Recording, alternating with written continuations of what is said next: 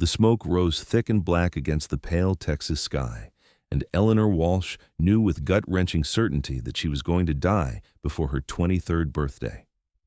She pressed her handkerchief against her mouth, eyes streaming as the stagecoach lurched violently over the rutted trail, the driver's desperate shouts barely audible over the roar of flames consuming the scrubland on both sides of the narrow road. The year was 1878, and Bandera, Texas had seen its share of troubles, but nothing quite like the organized terror of the Mescalero raiders who had been plaguing the western routes for the past 3 months. Eleanor had been traveling from San Antonio with her aunt's silver service packed carefully in her trunk, meant as a wedding gift for her cousin in Kerrville. But now all she could think about was the acrid burn in her lungs and the way the elderly woman beside her had stopped coughing entirely, slumped against the leather seat with her eyes closed. The other passengers, a merchant and his wife, were praying loudly in Spanish, their voices rising in panic as sparks began to land on the roof of the coach. The raiders had set their trap with cruel efficiency. They had known the stage route, known the timing, and they had used the dry August heat to their advantage. Fire swept across the Texas hill country faster than any horse could run, and the flames created walls on either side of the road, funneling the stagecoach forward into what Eleanor assumed would be an ambush. She tried to remain calm, tried to remember the lessons her father had taught her before his death 5 years prior about keeping one's head in a crisis. But the smoke was so thick now that she could barely see her own hands. Then, through the gray and black haze, Eleanor heard something that cut through even the crackling roar of the fire. A man's voice, deep and commanding, shouting words she could not quite make out. The stagecoach jerked suddenly to the left, nearly throwing her from her seat, and she grabbed the window frame to steady herself. Through the billowing smoke, she caught a glimpse of a massive figure on horseback, riding alongside the coach with what seemed like reckless abandon. The man was enormous, broad-shouldered and thick with muscle, his long dark hair whipping behind him as he leaned low over his horse's neck. The driver was shouting back at the stranger now, and Eleanor heard the word "cut" repeated several times. Then the stagecoach lurched again, this time even more violently, as it veered completely off the main trail. They were plunging into the smoke itself, into what seemed like certain death, and Eleanor found herself too terrified even to scream. The merchant's wife was sobbing, her husband trying to shield her with his body as burning debris rained down around them. But the massive stranger on horseback had not abandoned them. Eleanor could hear hoofbeats keeping pace with the coach, could hear that deep voice still shouting instructions. The smoke grew impossibly thicker, and then suddenly, miraculously, they burst through into clear air. Eleanor gasped, dragging oxygen into her burning lungs, tears streaming down her soot-stained cheeks. The stagecoach rolled to a shuddering halt in a small clearing surrounded by limestone rocks that had protected this spot from the spreading flames. The mountain man who had guided them to safety swung down from his horse with fluid grace that seemed at odds with his massive size. He was easily 6.5 feet tall, with shoulders that strained against his buckskin shirt and arms corded with muscle that rippled as he moved. His face was weathered and tanned from years in the sun, with a strong jaw shadowed by several days' worth of dark stubble. His eyes, a startling gray blue, swept over the stagecoach with professional assessment before landing on Eleanor as she stumbled down from the coach, still coughing. "Madam, you hurt?" His voice was rough as gravel, but not unkind. Eleanor shook her head, unable to speak for a moment as another coughing fit took her. When she finally caught her breath, she managed, "The woman inside." She stopped breathing. The mountain man moved immediately, his long strides carrying him to the coach door. He pulled himself up and inside with ease, and Eleanor heard him speaking in low tones. When he emerged moments later, his expression was grim. "She is gone. Smoke took her before the fire could." The merchant crossed himself, his wife wailing softly against his shoulder. The driver, a grizzled man named Pete, whom Eleanor had chatted with during the earlier peaceful part of their journey, climbed down from his perch with shaking hands. "Blessed saints, we should all be dead. How did you know about that clearing?" "Hunt these hills regular," the mountain man said simply. He turned to survey the smoke still rising in columns around them. "Raiders started that fire deliberate, meaning to drive you straight into an ambush 2 miles up the road. They have been using the same trick on supply wagons." "You know this for certain?" Eleanor found her voice, though it came out hoarse and rough from the smoke. Those gray-blue eyes fixed on her with an intensity that made her breath catch for reasons that had nothing to do with the fire. Name is Beckett Quinn. I've been tracking those raiders for near on 2 weeks now. Lost them 3 days back. But when I saw the smoke pattern this morning, I knew what they were doing. Eleanor Walsh, she replied, extending her hand without thinking. It was an automatic gesture of politeness drilled into her by her late mother, though she realized immediately how absurd it must seem given their circumstances. But Beckett Quinn took her hand gently, his palm rough and calloused against her smaller fingers. Pleased to make your acquaintance, Miss Walsh, though I wish it were under better circumstances. He released her hand and turned back to the driver. You cannot go forward. The raiders will be waiting, and even if they were not, the fire has likely taken the bridge over Cypress Creek. You need to turn back toward Bandera. But the fire, Pete protested, gesturing toward the walls of smoke still visible in every direction except the way they had come. Is moving east with the wind, Beckett said. Give it another hour and the western route will be clear enough to travel, though the road will be black and hot. Your horses can manage it if you water them well before you start back. He moved to the team, still hitched to the coach, running his hands expertly over their legs and flanks, checking for injuries.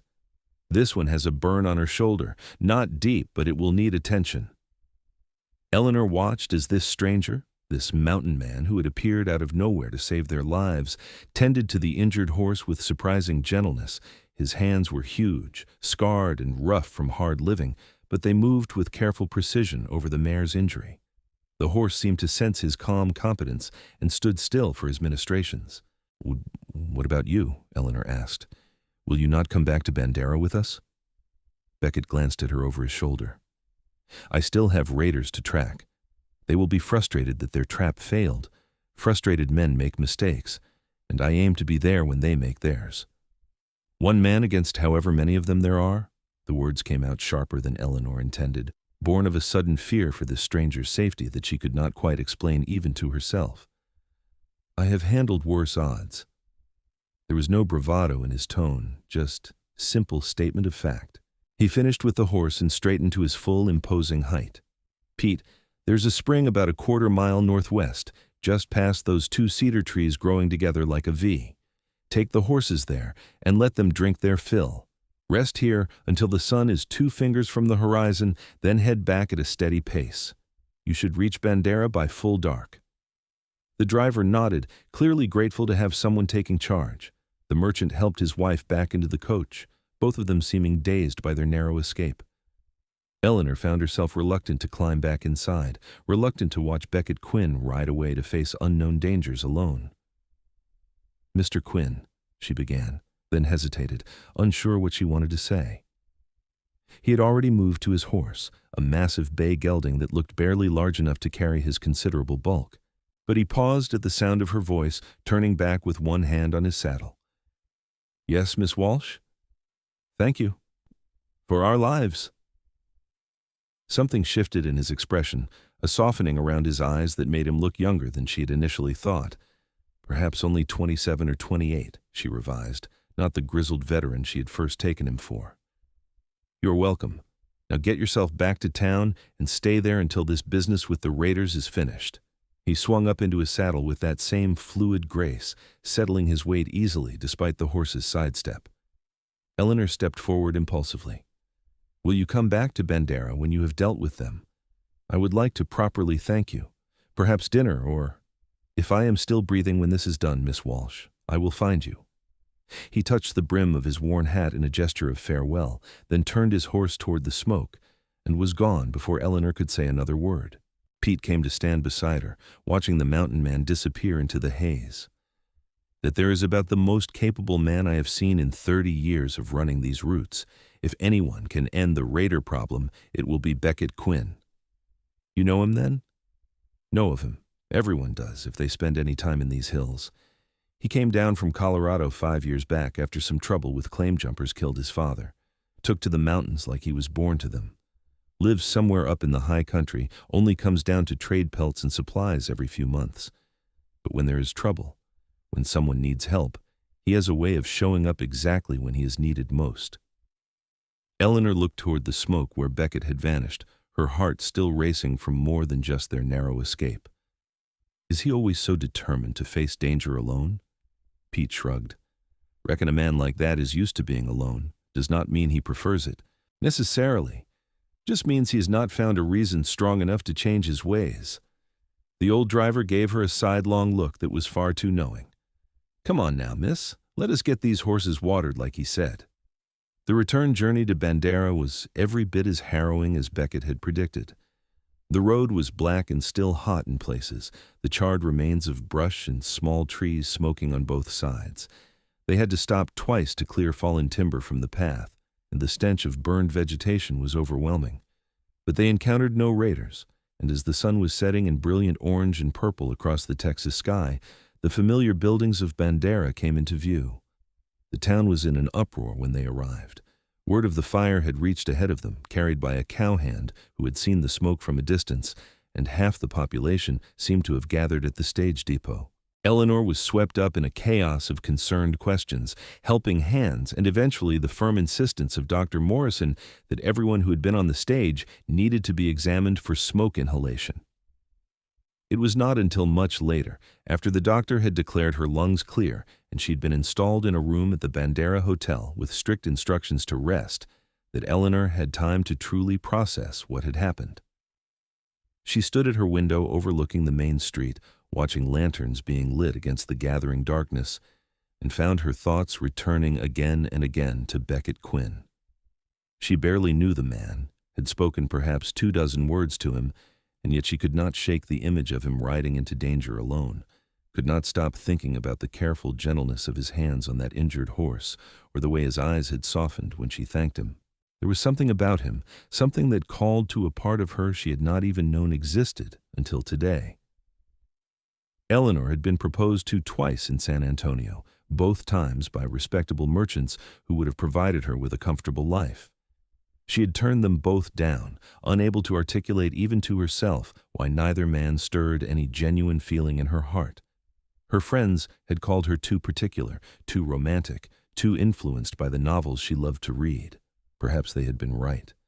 But standing here now, remembering a mountain man who had appeared through smoke and flames like something out of legend, Eleanor found herself thinking that she had been right to wait for something real. 3 days passed with no word of Beckett Quinn. Eleanor tried to occupy herself with the business that had brought her to this part of Texas in the first place, but found her attention constantly wandering. She would be discussing fabric patterns with the dressmaker and suddenly find herself staring out the window at the hills. She would be eating supper at the hotel restaurant and catch herself listening to every snippet of conversation, hoping for news of the raiders or the man who hunted them. On the 4th day, word came that the raiders had been dealt with. A messenger arrived at the sheriff's office with details that quickly spread through town. Beckett Quinn had tracked the group to a canyon hideout north of Bandera, had waited until darkness, and then had created his own fire to drive them out. When they scattered, he had been waiting with the local Texas Rangers he had fetched, and the raiders had been captured with minimal bloodshed. 2 had been killed trying to escape, but the rest were in custody and would stand trial for their crimes. Eleanor heard the news with a mixture of relief and renewed anxiety. Beckett had survived, but would he keep his promise to find her? Or had that been merely a polite dismissal, the kind of vague commitment men made when they had no real intention of following through? She had her answer that very evening. She was sitting in the hotel lobby trying to concentrate on a book and failing miserably, when the conversations around her suddenly died away. Eleanor looked up to see Beckett Quinn standing in the doorway, looking distinctly uncomfortable in what were clearly his best clothes. His buckskins had been replaced by dark trousers and a clean shirt, though his boots were still the worn, practical kind a man wore for hard travel. His long, dark hair had been tied back, and he had shaved, revealing the strong lines of his jaw. He was scanning the room with those gray-blue eyes, and when his gaze found Eleanor, something like relief crossed his face. He moved toward her with that same easy grace she remembered, though she could see he was favoring his left leg slightly. The other hotel guests parted before him, staring openly at the mountain man who had become the talk of the town. "Miss Walsh." He stopped in front of her chair and executed a slightly awkward bow. "I hope I am not intruding." Eleanor set aside her book and rose to her feet. very aware of the avid attention of everyone else in the lobby. "Not at all, Mr. Quinn. I'm very glad to see you. Are you injured?" He glanced down at his leg as though he had forgotten about it. "Just a graze from a bullet. Nothing worth mentioning." "He was shot?" The words came out more sharply than Eleanor intended, born of genuine alarm. "Barely counts as shot. The bullet mostly missed." He shifted his weight, clearly uncomfortable with being the center of attention. "Miss Walsh, I know this is presumptuous, but you mentioned something about dinner. If the offer still stands, I would be honored, though I will understand if you have changed your mind." Eleanor realized she was smiling, really smiling, for the first time since the Stagecoach incident. "The offer absolutely still stands. Shall we go to the dining room?" "Actually, I was hoping you might allow me to take you somewhere a bit less crowded." He glanced around at the frankly staring crowd. "I'm not accustomed to being on display like a prize hog at a county fair." "Despite everything," Eleanor laughed, "I would like that very much. Let me just get my shawl." 10 minutes later, they were walking through the warm evening air toward a small restaurant at the edge of town that Beckett said served the best steak in 3 counties. Eleanor was intensely aware of his presence beside her, of the way he automatically positioned himself between her and the street, of how his bulk seemed to shelter her from the evening breeze. People called out greetings to him as they passed, thanking him for dealing with the raiders, but he acknowledged them with only brief nods, seemingly eager to escape the attention.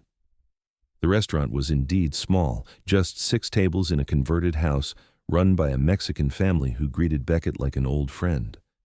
The matron, a stout woman with gray-streaked hair and a warm smile, showed them to a table in the corner and immediately launched into rapid Spanish that had Beckett responding in kind. His accent was not perfect, but he spoke with easy fluency that surprised Eleanor. "You speak Spanish," she said once they were alone. "Handsome Apache and a bit of Comanche. Useful skills in this part of Texas." He leaned back in his chair, which creaked alarmingly under his weight. "What about you, Miss Walsh? What brings you to Bandera besides nearly getting killed by raiders?" Eleanor found herself telling him about her family, or what was left of it.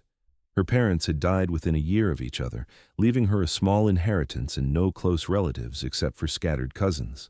She had been living in San Antonio, working as a teacher, but had grown restless with city life.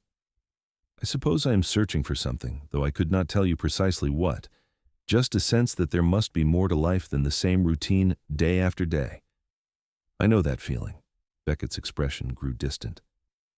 "I felt it in Colorado, watching my father break his back working a claim that barely paid enough to keep us fed. When he died, I sold everything and just started riding south. Ended up here and found these hills, and for the first time in my life, I felt like I was where I was supposed to be."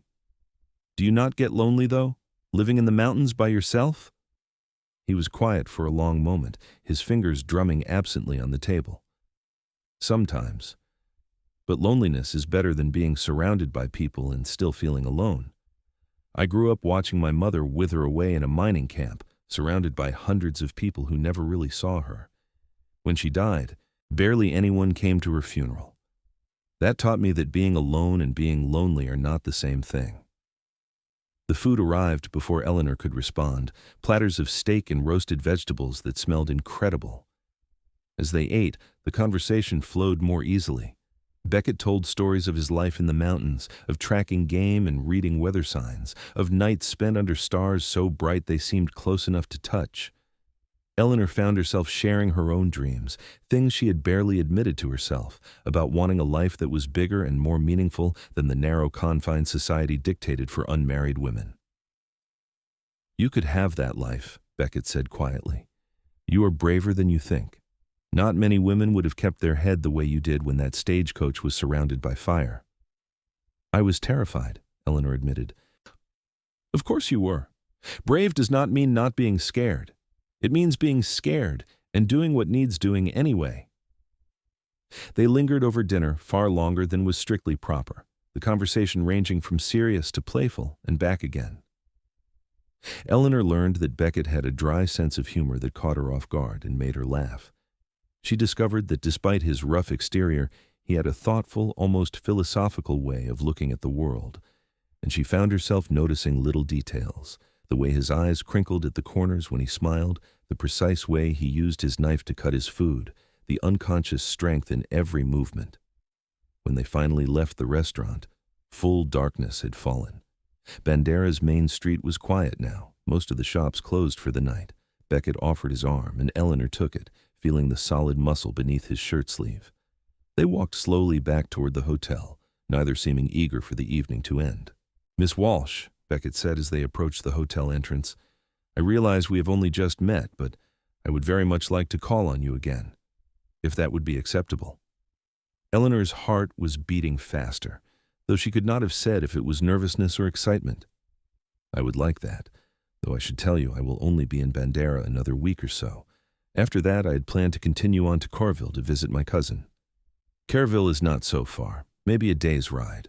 He paused, seeming to choose his words carefully. "I am not much for pretty speeches, Miss Walsh, and I cannot offer you the kind of life you are probably accustomed to. But I would like the chance to know you better, to see if this feeling I have is something real or just the aftermath of danger and fear." "What feeling?" Eleanor asked softly, though she thought she knew. "Like I have been waiting my whole life to meet you. Like that Stagecoach fire was the most terrible and most fortunate thing that could have happened because it brought you into my path." He shook his head. "That probably sounds foolish." "No." Eleanor reached out and took his hand, feeling the calluses on his palm, the warmth of his skin. "It sounds exactly like what I have been feeling too." Beckett looked down at their joined hands, then back up at her face. The lamplight from the hotel window cast shadows across his strong features, highlighting the intensity in his eyes. "Then I will come back tomorrow, if I may, and the day after, and as many days as you will allow me before you leave for Careville." "I will be here," Eleanor promised.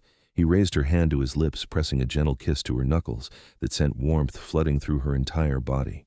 Then he released her and stepped back. "Good night, Miss Walsh." "Eleanor," she said. "Please call me Eleanor." A smile spread across his face, transforming his weathered features. "Eleanor, good night." She watched him walk away into the darkness, his tall form eventually disappearing into the shadows. Only then did Eleanor turn and go inside, pressing a hand to her racing heart and wondering how her entire world had shifted so completely in the span of a few short days. The next morning brought a surprise. Eleanor was finishing breakfast in the hotel dining room when the manager approached with a package. "This was delivered for you, Miss Walsh, from Mr. Quinn." Inside the brown paper wrapping, Eleanor found a beautiful shawl woven in shades of blue and cream, clearly the work of skilled hands. Tucked into the folds was a note written in surprisingly neat script.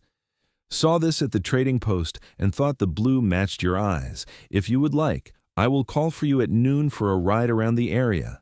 BQ." Eleanor touched the soft wool, amazed at his thoughtfulness. She sent word back with the manager that she would be delighted to go riding at noon. Beckett arrived precisely on time, leading 2 horses, his own massive bay and a smaller but sturdy-looking mare with gentle eyes. "Her name is Sage," he explained, helping Eleanor mount. "She is steady and smart. You will be safe with her." They rode out of town toward the hills, following trails that wound through cedar and live oak. Beckett pointed out landmarks, explained the geology of the limestone formations, showed her a spring-fed creek where deer came to drink. He was a patient guide, matching his pace to hers, never making her feel rushed or inadequate despite her limited riding experience.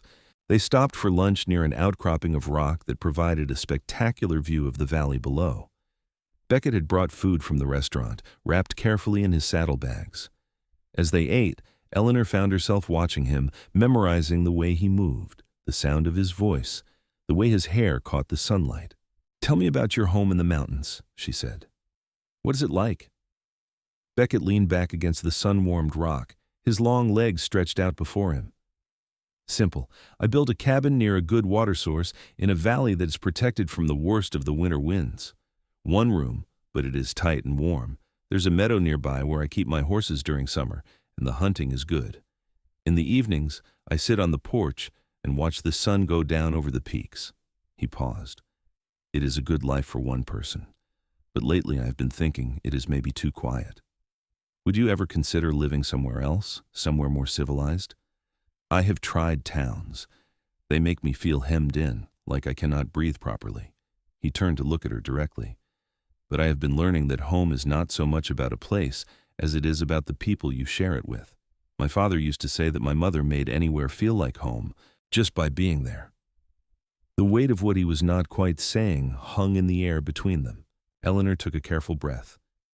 I think I could love the mountains. I've always felt most at peace in nature, away from crowds and noise. Even in winter, when the snow is deep and the nearest neighbor is miles away. Especially then. She met his eyes steadily. I am stronger than I look, Beckett, and I am not afraid of hard work or solitude. He studied her face for a long moment, then nodded slowly. No, you are not afraid. I saw that in the Stagecoach, and I see it now. He reached out and took her hand, his grip warm and secure.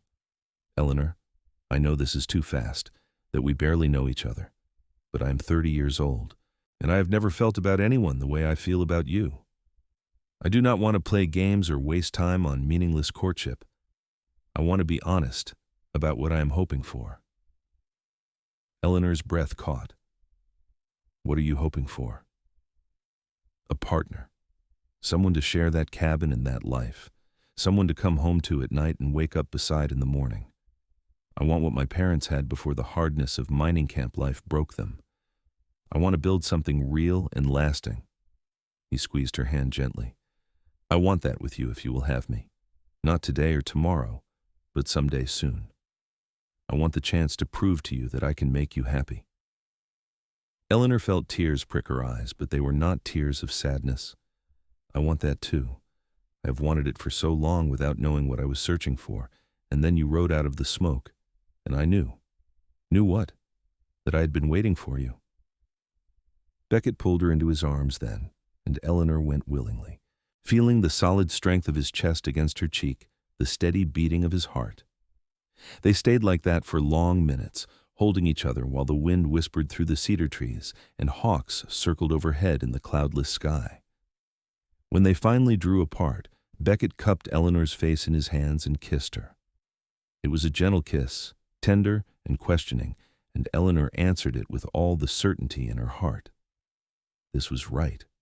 This was what she had been born for. They rode back to town as the sun was lowering toward the western hills, their horses walking side by side, their hands joined between them. Eleanor felt as though the world had been repainted in brighter colors, as though every sight and sound and smell was more vivid than before. She was falling in love, truly and completely, and the joy of it was almost overwhelming. The following days fell into a pattern that felt both dreamlike and absolutely real. Beckett called for her every morning, and they spent their days exploring the countryside around Bandera. He taught her to read tracks in the dirt, to identify edible plants, to move quietly through the brush without startling the wildlife. In return, she told him about books she had read, about philosophy and poetry, about the wider world beyond Texas. But more than the activities, it was the conversations that drew them together. They talked about everything and nothing, discovering shared values and dreams. Beckett spoke of wanting to raise children who were strong and free, who knew how to survive in the wilderness, but also understood kindness and learning. Eleanor shared her own hopes for a family, for a home filled with love and purpose. On the 5th day, they rode up to Beckett's cabin in the mountains. It was a full day's journey, and Eleanor had informed the hotel manager that she would be staying overnight at a friend's homestead, a necessary fiction to preserve propriety. In truth, Beckett had arranged for them to stop at a neighbor's cabin several miles below his own, where an elderly couple named the Hendersons kept a small ranch. But first, he wanted to show Eleanor his home, the place he hoped she might one day share with him. The cabin stood in a high valley surrounded by pine and aspen, with a clear stream running nearby, and views that seemed to stretch forever. It was indeed simple, built of logs chinked with mud, with a stone chimney and a covered porch. But inside, it was clean and well organized, everything carefully maintained. Beckett had clearly put thought into making it a real home, not just a shelter. I built it to last, he explained, running a hand along the solid beam that supported the roof. The walls are thick enough to keep out winter cold, and the roof is pitched steep so snow will slide off.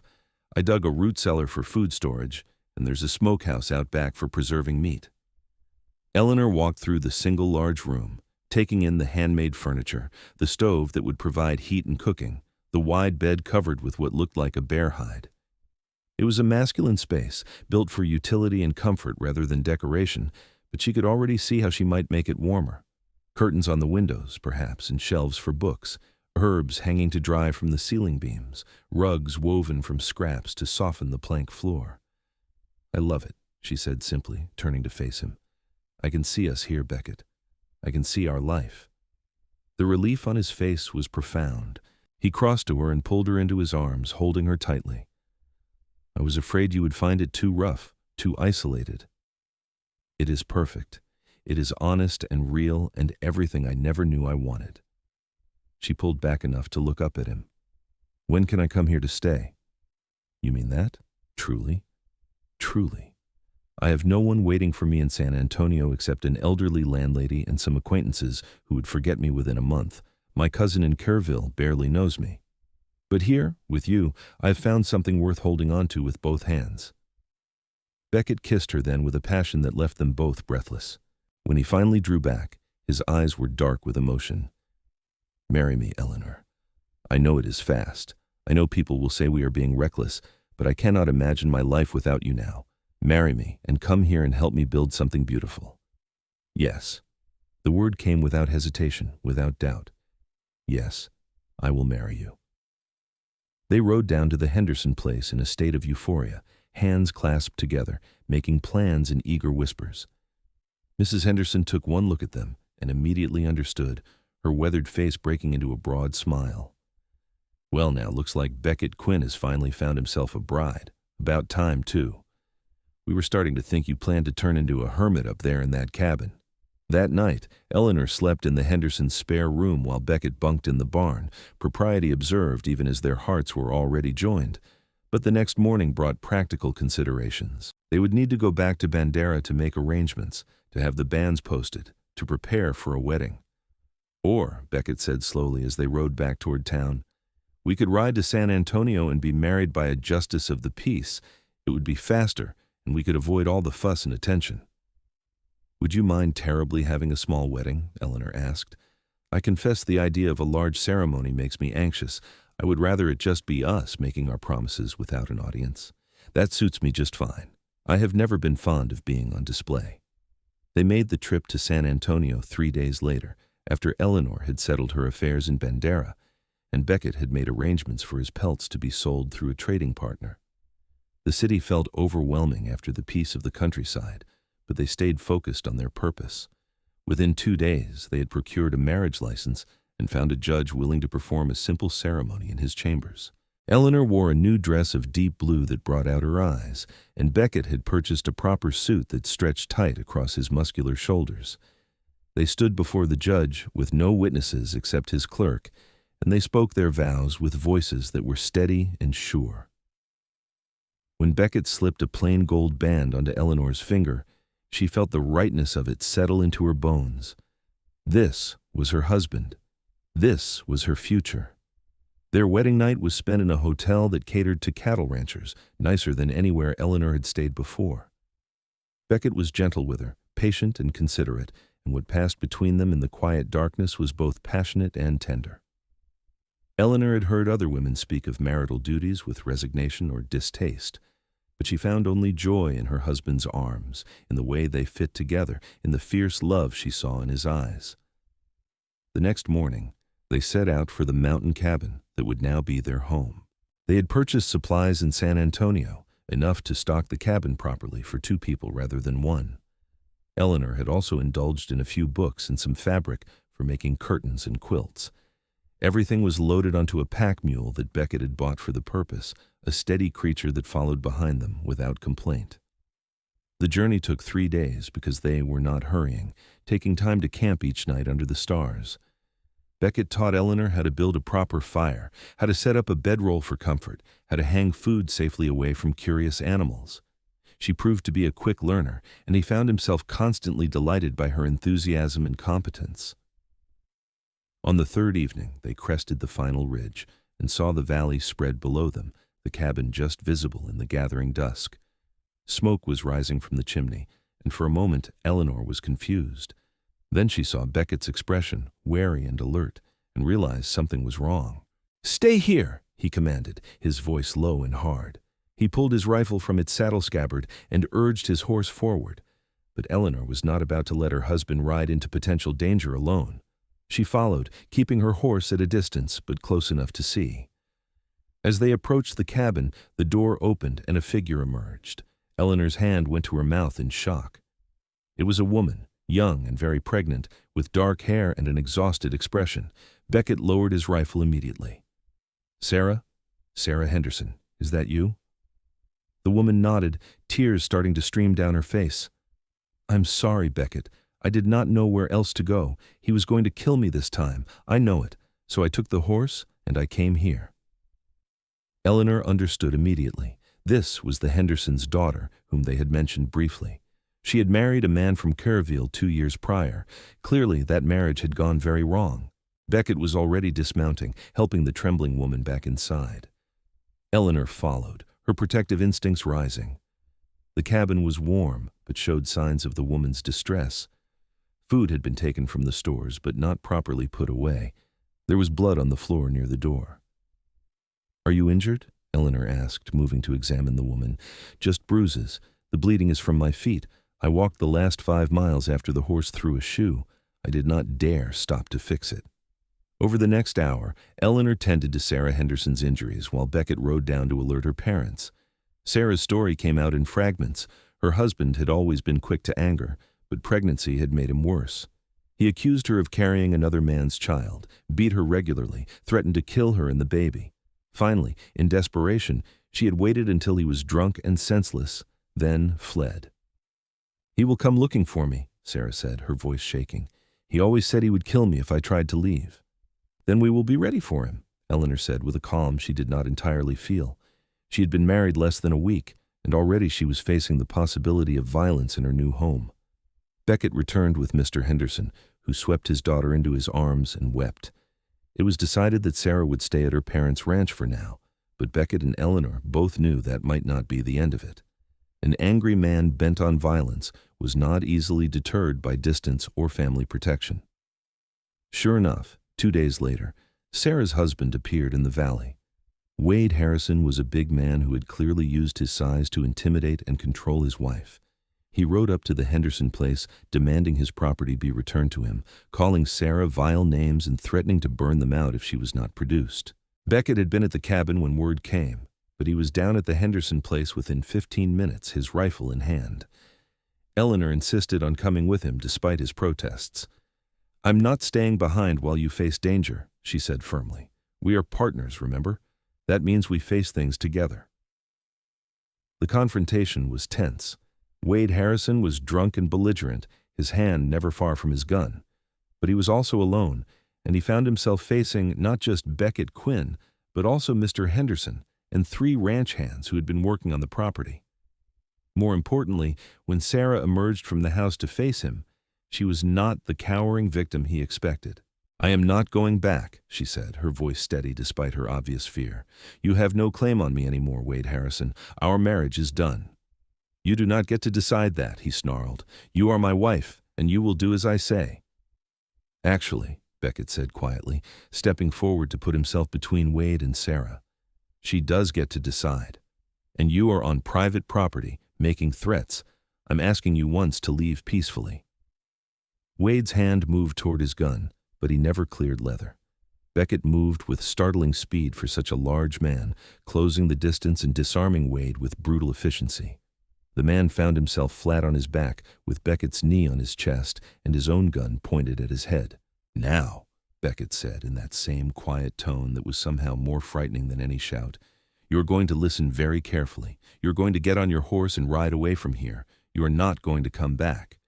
If you do, if you make any attempt to harm Sarah or her family, I will hunt you down. Do you understand me?" Wade sputtered and cursed, but the fear in his eyes was obvious.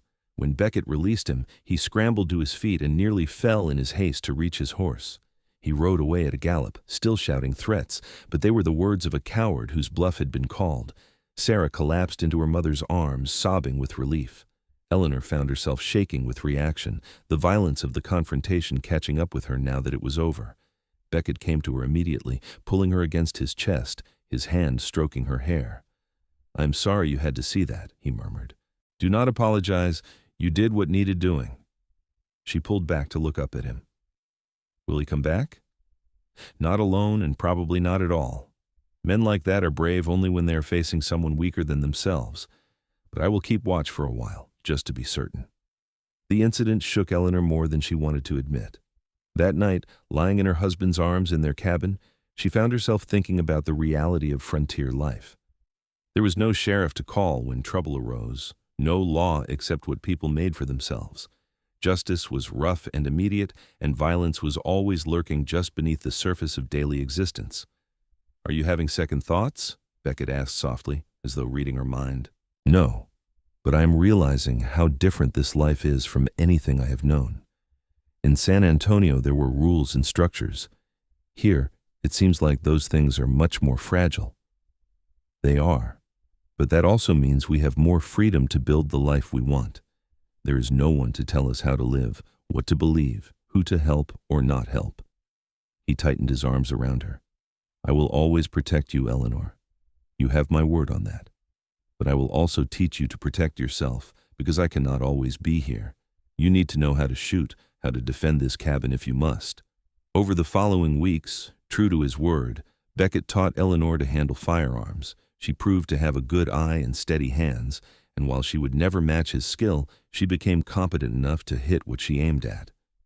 He also taught her to reload quickly, to maintain the weapons properly, to keep them always within reach but safely stored. But their life was not all preparation for violence. Most days were filled with the simple rhythms of building a home together. Eleanor planted a garden near the cabin, using seeds she had brought from San Antonio. Beckett built her a chicken coop and returned from a trip down the mountain with 6 hens and a rooster. They worked together to improve the cabin, adding shelves and pegs, hanging the curtains Eleanor sewed from her fabric, making the space truly theirs. Eleanor also learned to help with the hunting and trapping that provided their primary income. She could not match Beckett's skill at moving silently through the forest, but she could help process the pelts, stretching and scraping them properly for sale. The work was hard and unglamorous, but she found satisfaction in mastering each new task. In the evenings, they would sit on the porch and watch the sun set over the mountains, talking about their day, making plans for the future. Beckett proved to have a hunger for learning that matched Eleanor's own, and she took pleasure in reading aloud to him from her books. In return, he taught her the constellations, the calls of different birds, the subtle signs that predicted weather changes. 3 months into their marriage, Eleanor realized she was pregnant. She had suspected for a few weeks but had waited to be certain before telling Beckett. When she finally shared the news one evening after supper, his reaction was everything she could have hoped for. He pulled her into his arms with a whoop of joy, then immediately became concerned that he was holding her too tightly, that he might somehow hurt the baby. "I am not made of glass," Eleanor laughed, pulling him back to her. "The baby is barely the size of a bean right now. You cannot hurt us by holding me." But Beckett could not quite contain his protectiveness. He insisted she not lift anything heavy, that she rest more often, that she stay closer to the cabin. Eleanor tolerated this for about 2 weeks before firmly sitting him down for a conversation. "I love that you want to protect us," she said, taking his hands in hers. "But I need you to trust that I know my own body. I will not do anything foolish or dangerous, but I also cannot spend the next 6 months sitting idle. I will go mad with boredom." "I just worry," he admitted. "You are the most important thing in my life, Eleanor. You and this baby. The thought of anything happening to either of you terrifies me." "I know, and that is exactly why I need you to trust me. Fear will make you smother me, and that will make me resentful, and neither of us wants that." She squeezed his hands. "We are partners, remember?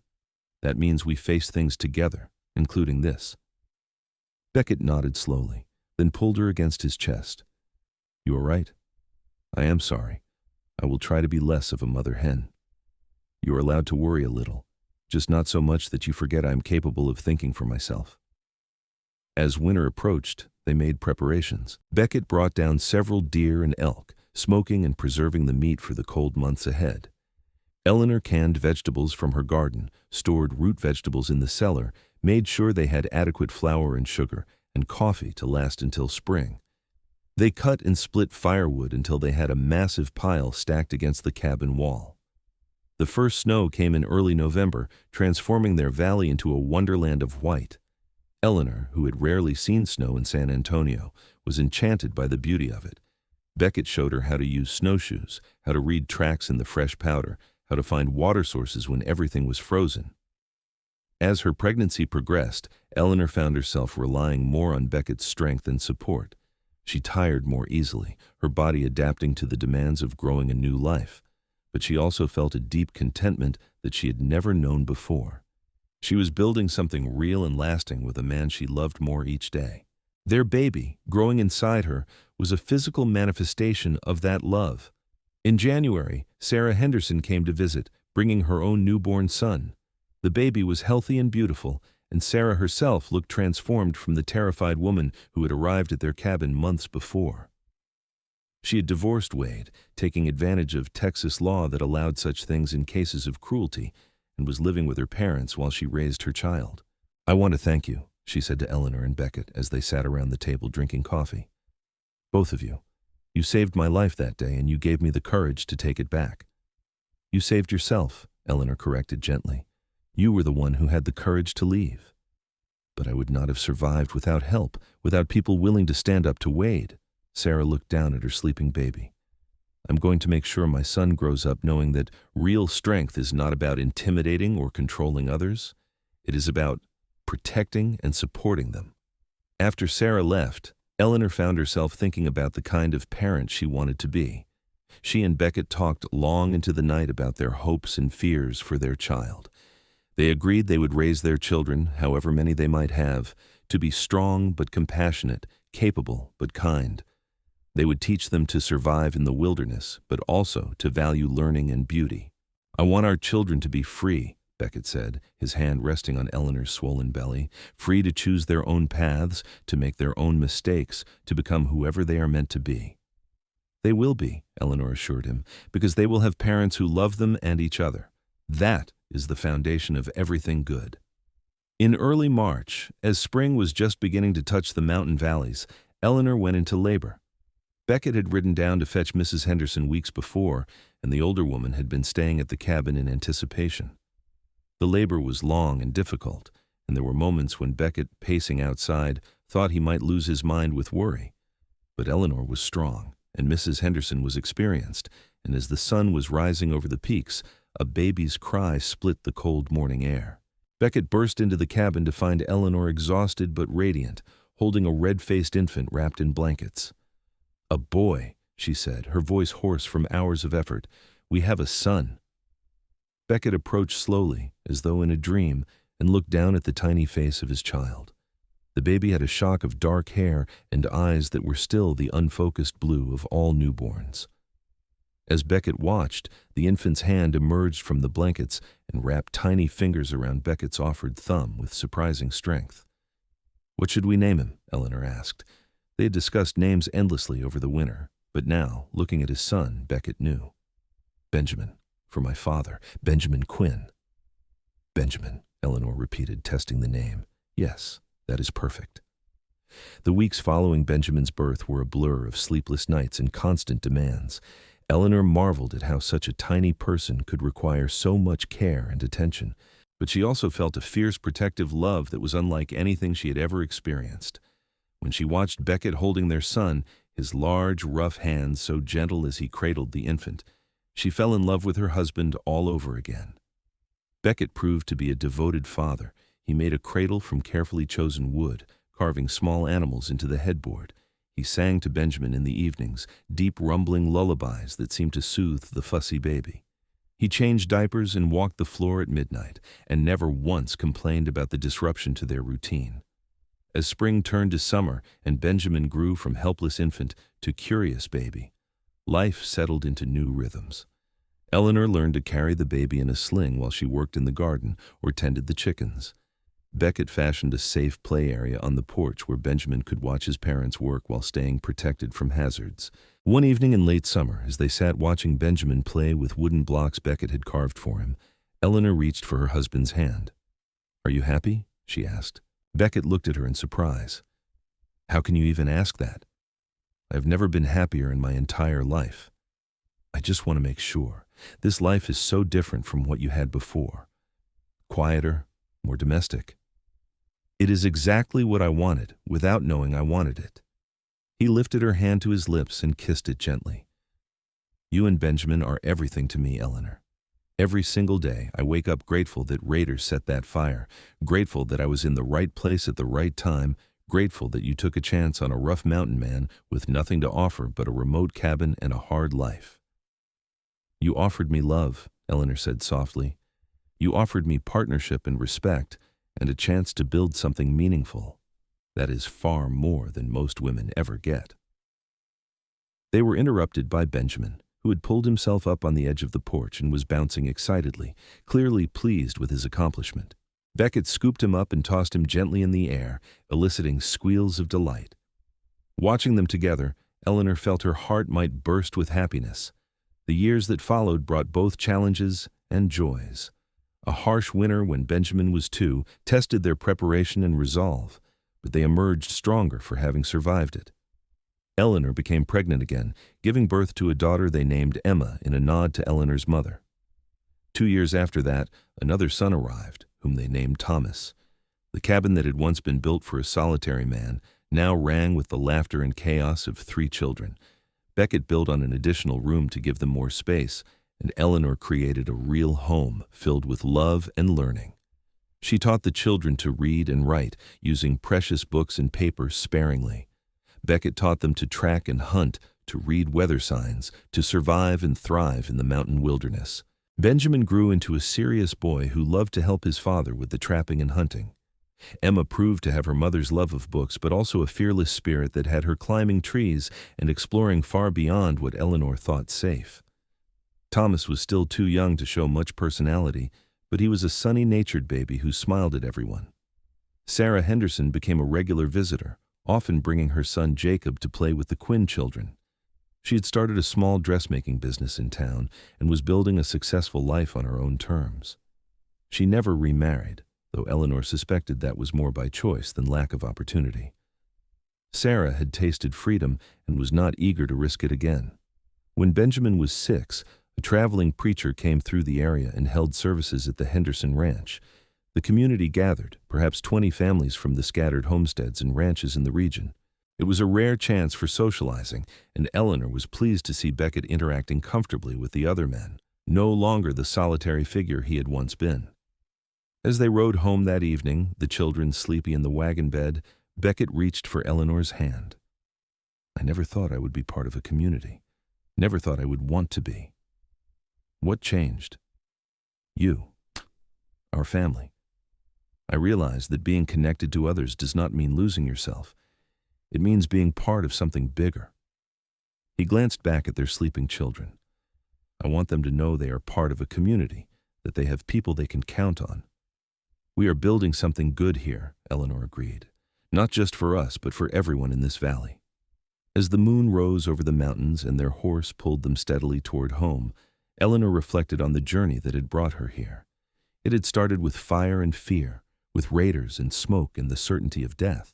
But out of that terror had come everything she had ever wanted without knowing to want it, a partner who loved her as an equal, children who filled her days with purpose and joy, a home that was both shelter and sanctuary.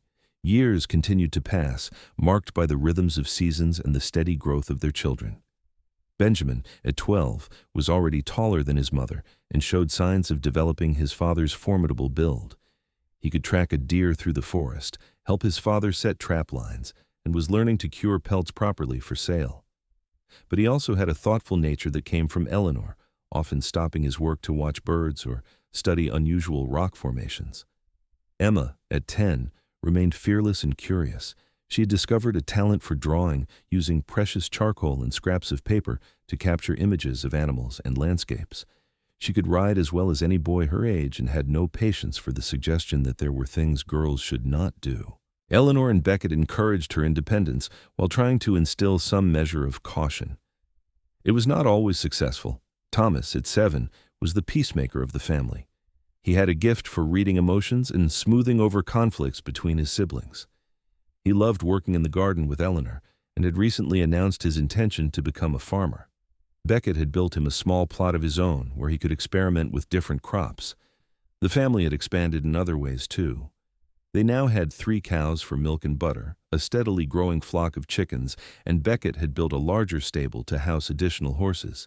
The cabin had been expanded twice more, now boasting 3 separate sleeping rooms plus the main living area. It was no longer simple or rough, but rather a solid, comfortable home that reflected years of work and care. Eleanor had also started teaching other children in the valley, holding school in their cabin twice a week during winter months when travel was possible. She had perhaps 8 regular students, ranging in age from 5 to 14, and took enormous satisfaction in watching them learn. Beckett supported her efforts, even building benches and a large table to accommodate the students. When Eleanor turned 30, Beckett surprised her with a gift he had been working on for months. It was a bookshelf, beautifully crafted from cherry wood he had traded for, with carved details that must have taken countless hours. But more than the shelf itself, he presented her with 6 new books, precious volumes that had cost a significant portion of their annual income. "You have given me everything," he said as she traced the spines with wondering fingers. "These words cannot express what you mean to me, but I hope they bring you joy." Eleanor threw her arms around his neck, not caring that their children were watching and giggling. "You are the most wonderful man I have ever known, Beckett Quinn. I love you more every year we are together." That summer brought changes to the valley. Word had spread about good land and water, and several new families arrived to stake claims. The community was growing, becoming more established. There was talk of building a school building and even a small church. A trading post opened, making it unnecessary to travel all the way to Bandera for basic supplies. With growth came challenges. Disputes arose over water rights and boundary lines. Some of the newcomers had different ideas about how things should be done, creating tension with established families. But Beckett had become a respected figure in the community, known for his fairness and his unwillingness to tolerate bullying or injustice. People often came to him to mediate disputes, and he found himself taking on a leadership role he had never sought. "You are good at this," Eleanor told him after he had successfully negotiated a compromise between 2 ranchers arguing over grazing land. "You see past the anger to what people really need." "I learned from watching my father fail at it," Beckett admitted. "He was so focused on his own grievances that he could not see other perspectives. I swore I would not make the same mistakes." Eleanor was proud of the man her husband had become, of the way he had grown from solitary mountain man to community leader while remaining fundamentally true to himself.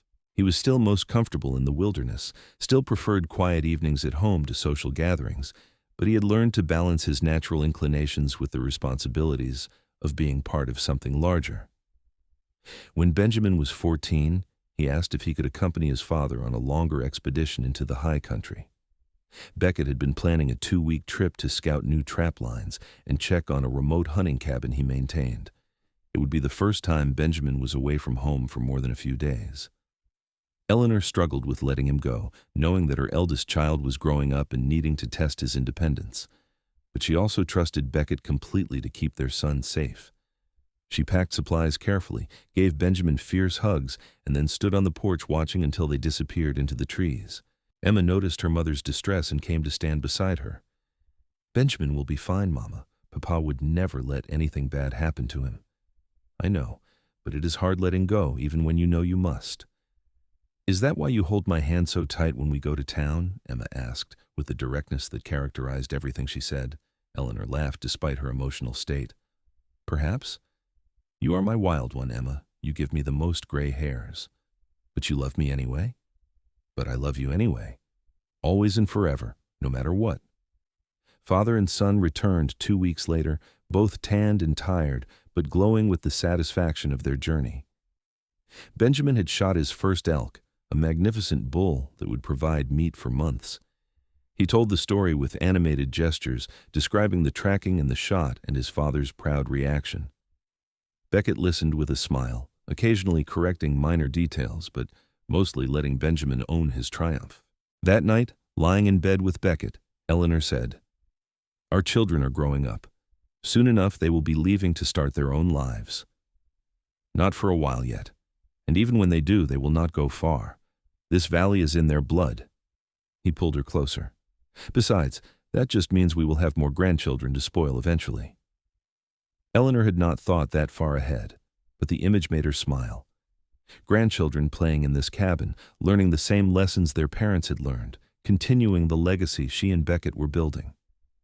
It was a pleasant future to contemplate. The seasons continued their eternal cycle.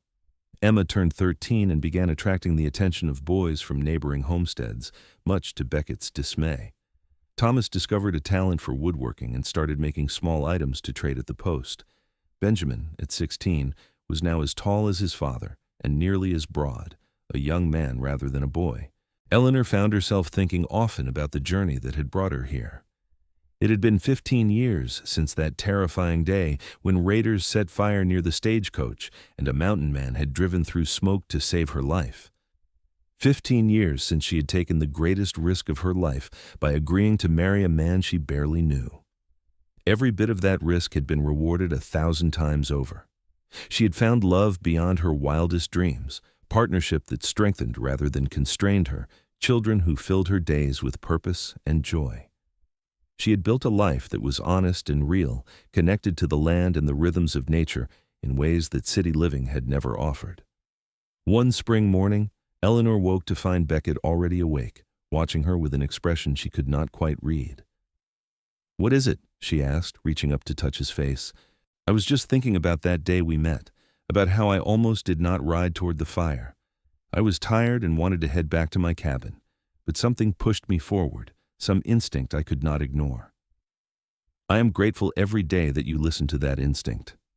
So am I. You have given me a life I never imagined possible, Eleanor. You took a rough, unsociable man and helped him become something better. You were always something better. You just needed someone to see it." They held each other as dawn light filtered through the curtains, neither needing to say more. After 15 years of marriage, they had learned to communicate in comfortable silences as well as words. That summer brought a wedding. Benjamin, at 18, had asked permission to court Mary Henderson, Sarah's niece who had moved to the valley 2 years prior. The courtship had been properly conducted, and both families approved of the match. The wedding was held at the Henderson Ranch with the entire community in attendance. Eleanor watched her eldest child speak his vows with a mixture of joy and sadness. Her baby was a man now, starting his own family, beginning his own journey. But she was also pleased with the woman he had chosen. Mary was sensible and kind, with a practical nature that would serve her well in frontier life. Beckett seemed to read her thoughts. "He will do well. We taught him everything he needs to know. I know. It's just hard to let go. We are not letting go. We are giving him wings to fly while keeping the door always open for him to come home." Benjamin and Mary built a cabin on a piece of land not far from the Quinn homestead. Beckett had deeded them a portion of his property, enough for them to build a good life. Emma, at 16, was being courted by a young man from town, though she insisted she was in no hurry to marry. Thomas, at 13, was still figuring out who he wanted to be. The years that followed brought grandchildren, first Benjamin and Mary's son, then 2 more in quick succession. Emma eventually did marry, choosing a man who matched her adventurous spirit. They moved to Colorado to start a horse ranch, and while Eleanor missed her daughter terribly, she was proud of Emma's courage in pursuing her dreams. Thomas surprised everyone by becoming interested in medicine after helping Dr. Morrison during an emergency. He apprenticed with the doctor for several years, then traveled to San Antonio for formal training. When he returned, he set up practice in the valley, providing much-needed medical care to the growing community. Beckett, now in his 50s, had slowed down slightly but was still formidable. His hair had gone silver at the temples, and his face bore the lines of years spent outdoors, but his strength remained. He had mostly handed over the trapping business to Benjamin, but still went into the mountains regularly, unable to entirely give up the wild places he loved. Eleanor, at 47, found satisfaction in teaching, in her grandchildren, in the community she had helped build. Her hair was streaked with gray, her hands showed the marks of hard work, but she had never been happier. Every morning she woke beside the man she loved, in the home they had created, surrounded by family and purpose. One evening, sitting on the porch that Beckett had expanded to wrap around 3 sides of the cabin, watching the sun set over mountains that had become as familiar as her own reflection, Eleanor reflected on the strange paths life could take. She had come to Texas looking for something she could not name, had nearly died in a fire set by raiders, and had been saved by a mountain man who became her entire world. "What are you thinking about?" Beckett asked, settling into the chair beside her. Even after all these years, he still moved with surprising grace for such a large man. About smoke and fire and breathing fresh air, about how the worst moments can lead to the best outcomes if we are brave enough to embrace the changes they bring. Beckett took her hand, his grip still strong and sure. "I drove through that smoke because I could not bear the thought of people dying when I might prevent it. I never imagined I would find you on the other side." "Fate," Eleanor said softly, "or providence, or simply the strange luck that sometimes shapes our lives. Whatever it was, I am grateful for it." He raised her hand to his lips, kissing her knuckles with familiar tenderness. "Every day with you has been a gift, Eleanor Quinn." They sat in comfortable silence as the last light faded from the sky and stars began to appear overhead. Inside the cabin, they could hear their grandchildren playing, the sound of young voices raised in laughter. Benjamin and Mary had brought them for supper, and the house felt full and alive in ways that warmed Eleanor's heart. This was what she had built with Beckett, not just a cabin in the mountains, but a legacy of love and strength and determination.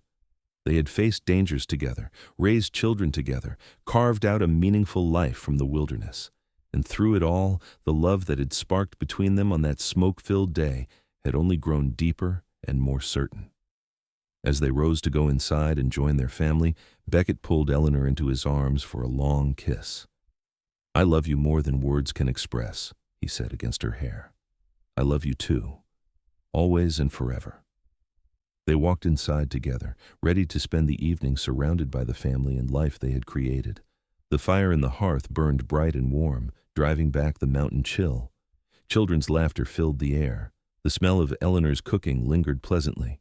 It was everything she had dreamed of, and so much more. From smoke and terror had come love and joy. From a chance rescue had come a lifetime partnership. And through it all, Beckett Quinn had been her rock, her partner, her great love.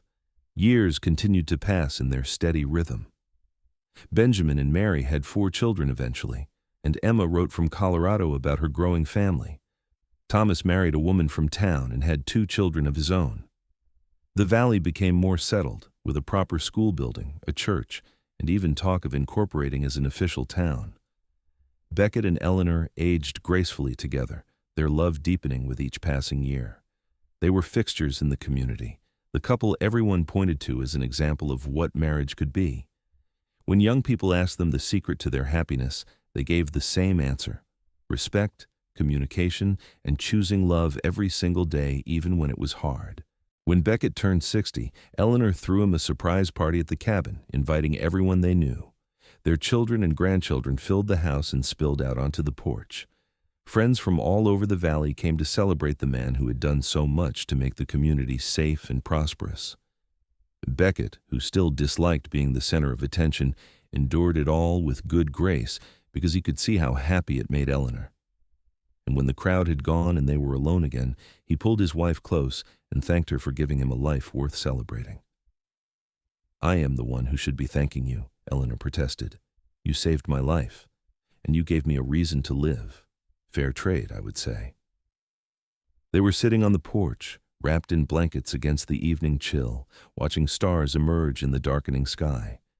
It was their favorite time of day, this quiet moment between the busy hours and sleep. They had spent thousands of evenings just like this, talking and dreaming and simply being together. "Do you ever regret it?" Eleanor asked, "giving up your solitary life for all this chaos and responsibility?" "Not even once, not for a single second." Beckett tightened his arm around her shoulders. "You and our family are the best things that ever happened to me.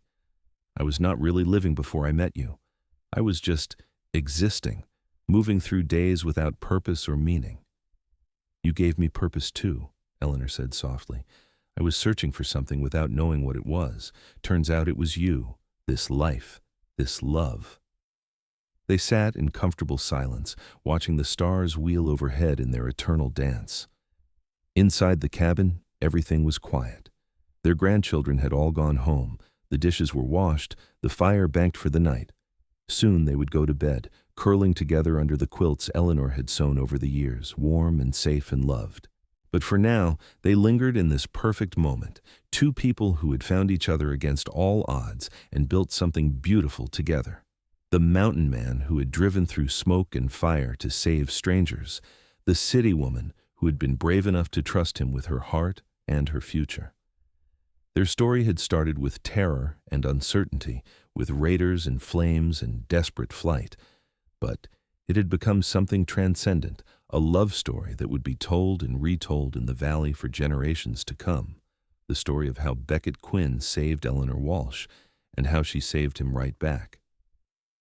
As they finally rose to go inside, Eleanor looked back at the mountains silhouetted against the star-filled sky. This wild, beautiful place had become her home in ways she never could have imagined that terrified day on the stagecoach.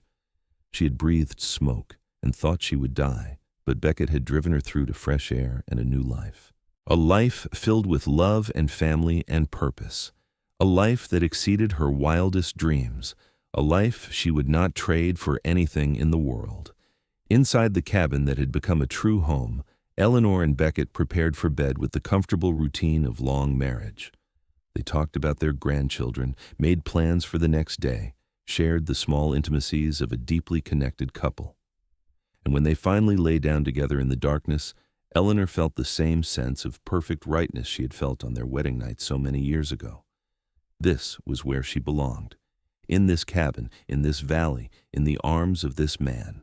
The mountain man who had saved her life and given her everything she had never dared to hope for. Outside, the wind whispered through the pines and the creek sang its endless song.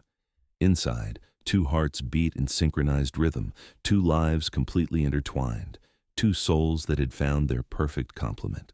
It was the happy ending Eleanor had always read about in books but never truly believed existed. Yet here it was, real and solid and enduring. A love that had been forged in smoke and fire and had emerged stronger and more beautiful than anything she could have imagined. As sleep claimed her, Eleanor's last conscious thought was of gratitude. Gratitude for danger that had brought them together, for Beckett's courage and strength, for the life they had built and the family they had created. Gratitude for every day, every moment, every breath they had shared together. The raiders had set fire near the stagecoach all those years ago, meaning to kill and destroy. But their evil intent had instead brought Eleanor and Beckett together, creating something infinitely good and lasting. From smoke and terror had come love and joy. From certain death had come abundant life. And that, Eleanor thought as she drifted off to sleep in her husband's arms, was the greatest gift of all.